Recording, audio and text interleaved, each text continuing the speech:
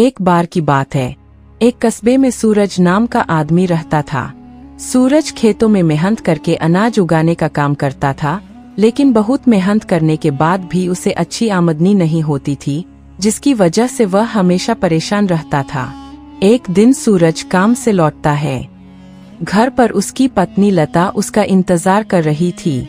लता बोली, आज तो बहुत देर हो गई जी, कहाँ रह गए थे, क्या हुआ? सूरज हुंगलाकर बोला, तुम्हें क्या लगता है मैं यहाँ वहाँ घूमता रहता हूँ? अरे काम पर गया था, लेट हो गया, जब देखो मेरी टोर लेती रहती हो।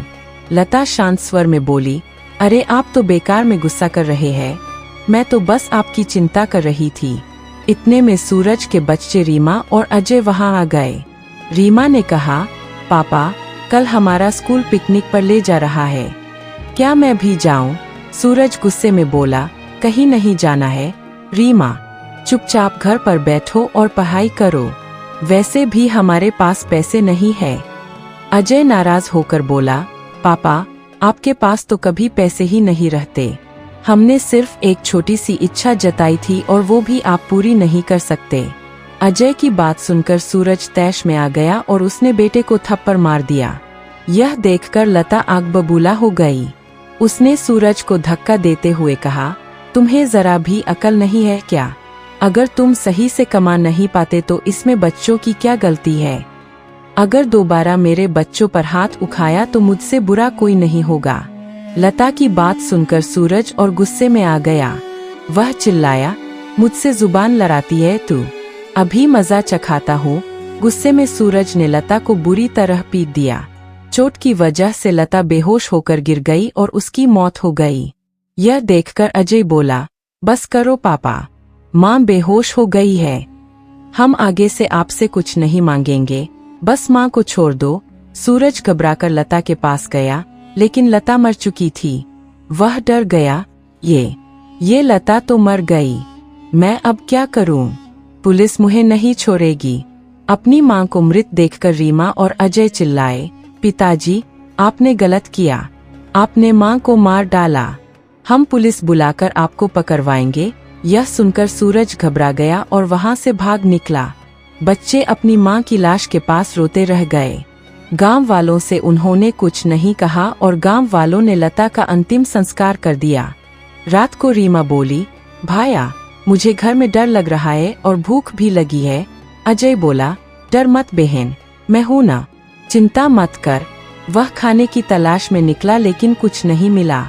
वापस आकर बोला, रीमा हमें आज खाली पेट ही सोना पड़ेगा। रीमा ने कहा, कोई बात नहीं भैया, मुझे अब भूख नहीं लगी। दोनों ने पानी पीकर सोने की कोशिश की। रात को दरवाजे पर जोर जोर से दस्तक हुई। अजय ने दरवाजा खोला तो वहां लता की आत्मा खड़ी थी। दोनों बच्चे खुश होकर मां की आत्मा से लिपट गए।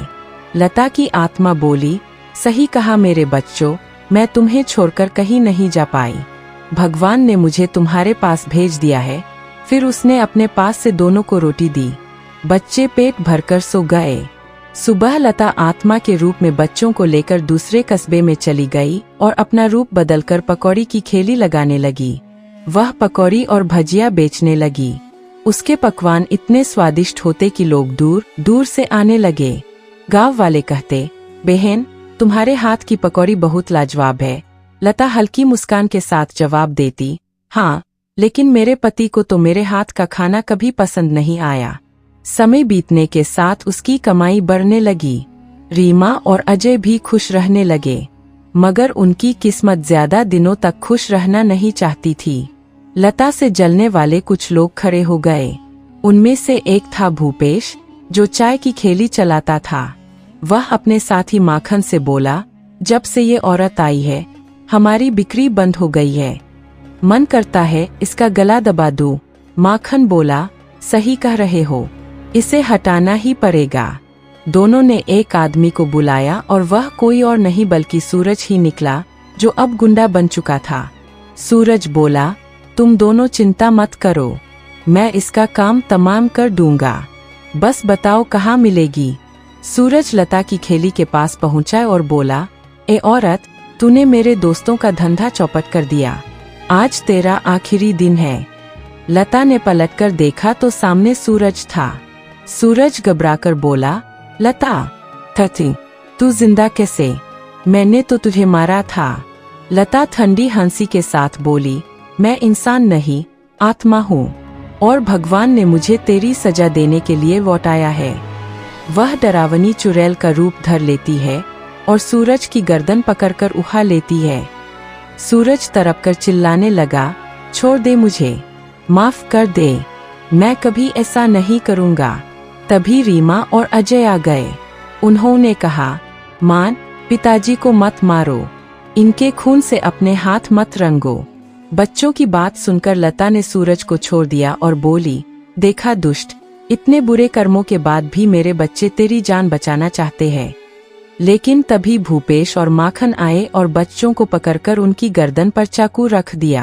तभी सूरज ने हिम्मत करके दोनों को धक्का दिया और बच्चे छूट गए। भूपेश और माखन गुस्से में सूरज पर टूट पड़े और चाकू मारकर उसे घायल कर दिया।